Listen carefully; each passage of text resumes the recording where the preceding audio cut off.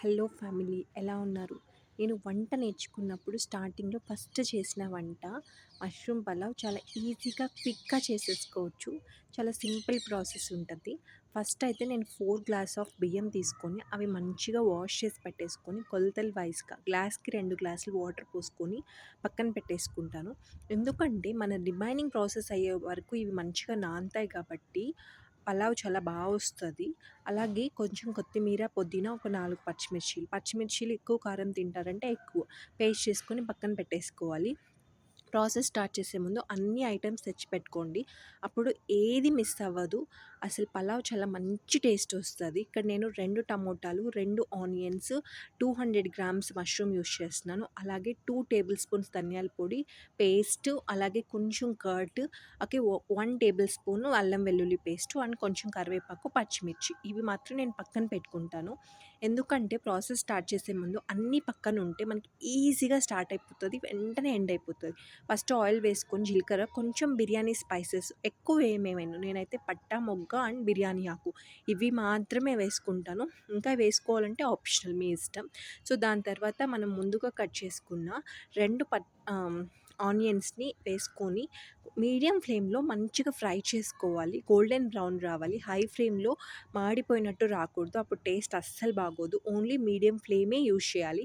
మొత్తం వంటకు కూడా మనం మీడియం ఫ్లేమ్ యూజ్ చేస్తే పలావ్ కాదు, ఏ వంటైనా చాలా బాగొస్తది. ఒక్క చోట అది నేను చెప్తాను ఎక్కడ చేయాలో. అల్లం వెల్లుల్లి పేస్ట్ వేసినప్పుడు, ఇది వేసినప్పుడు హై ఫ్లేమ్‌లో పెట్టుకొని మనము పచ్చి వాసన పోయే వరకు ఫ్రై చేసుకుంటే మంచి టేస్ట్ వస్తది. దాని తర్వాత టమోటాసు, కరివేపాకు, పచ్చిమిర్చి వేసుకొని లైట్‌గా ఫ్రై చేసుకుంటాను. ఉప్పు, పసుపు కొంచెం, ఉప్పు మన టేస్ట్‌కి తగ్గట్టు వేసేసుకొని మళ్ళీ ఫ్రై చేసుకుంటాను. ఆ తర్వాత 2 టేబుల్ స్పూన్ ధనియాల పొడి వేసుకుంటాను.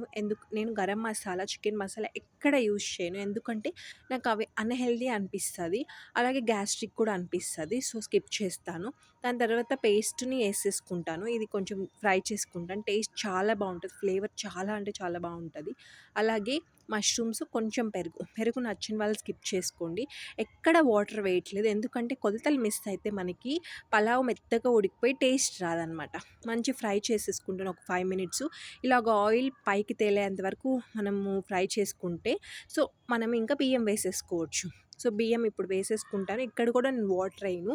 ఎందుకంటే ఒక 2 మినిట్స్ అలా ఉడకనిస్తే మనకి అది మీడియం కాదు, లో ఫ్లేమ్‌లో పెట్టాలి. అప్పుడు మనకి టేస్ట్ బాగొస్తది. వాటర్ వేసేసి కొత్తిమీర, పుదీనా, నచ్చిన వాళ్ళు వేసేసుకొని మూత పెట్టేసుకుంటే 15 మినిట్స్ కదిలించకపోతే, చెప్తున్నాను, చాలా అంటే చాలా టేస్టీ మష్రూమ్ పలావ్ రెడీ అయిపోతుంది. ఏం స్పెషల్ అంటే స్పెషల్ ఏం లేదు. కాకపోతే అన్నీ మనం మంచిగా కొలతల ప్రకారం చేసుకుంటే బావుంటది. సో, మీరు కూడా ట్రై చేయండి.